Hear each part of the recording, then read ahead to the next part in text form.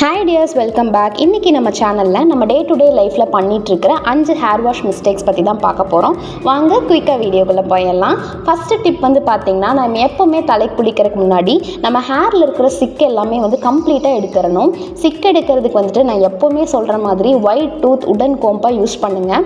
நீங்கள் white tooth கோம்ஸாக எடுக்கிறப்போ use பண்ணுறப்போ நமக்கு முடி கொட்டுறது கொஞ்சம் குறையும். அதனால் எப்போவுமே நல்லா ஒயிட் டூத்தாக இருக்கிற மாதிரி பார்த்துக்கோங்க. உடன் கோம்பாக இருந்ததுன்னா ரொம்பவே நல்லது.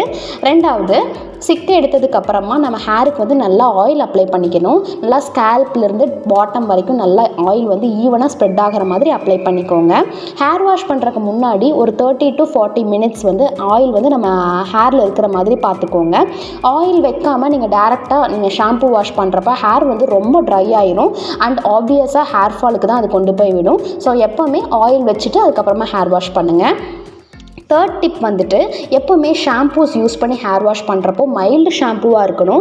அதே சமயத்தில் அந்த ஷாம்பூ மைல்டாக இருந்தாலும் டேரெக்டாக நம்ம ஸ்கேல்பில் எப்போவுமே அப்ளை பண்ணக்கூடாது. கொஞ்சமாக தண்ணியில் மிக்ஸ் பண்ணிவிட்டு நீங்கள் அப்ளை பண்ணுங்கள்.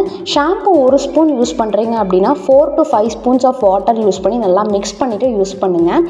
அந்த மாதிரி யூஸ் பண்ணுறப்போ அந்த ஷாம்பூஸில் இருக்கிற கெமிக்கல் நம்மளை டேரெக்டாக அஃபெக்ட் பண்ணுறது குறையும்.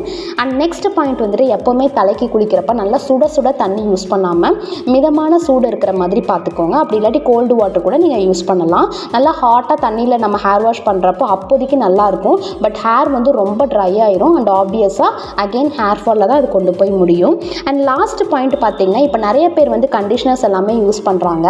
கண்டிஷனர் அப்படின்னா எப்படி யூஸ் பண்ணணும், நம்ம ஸ்கேல்ப்புக்கு யூஸ் பண்ணக்கூடாது. நம்ம ஹேருக்கு மட்டும்தான் யூஸ் பண்ணணும்.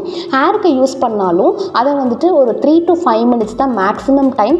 நிறைய பேர் என்ன பண்ணுறாங்கன்னா, கண்டிஷனர் போட்டால் நம்ம முடி சாஃப்ட் ஆகும், ஸோ ரொம்ப நேரம் வச்சுருக்கலாம்னு சொல்லிட்டு 10லேருந்து 15 நிமிஷம் வரைக்கும் விட்டுடுறாங்க. அப்படியெல்லாம் விடக்கூடாது. 3 to 5 மினிட்ஸ்லேயே நம்ம கண்டிஷனர் அப்ளை பண்ணிட்டு ஹேர் வாஷ் பண்ணிடணும். ரொம்ப நேரம் விட்டீங்க அப்படின்னா அதுவும் அகெயின் ஹேர் ஃபாலில் தான் கொண்டு போய் முடியும்.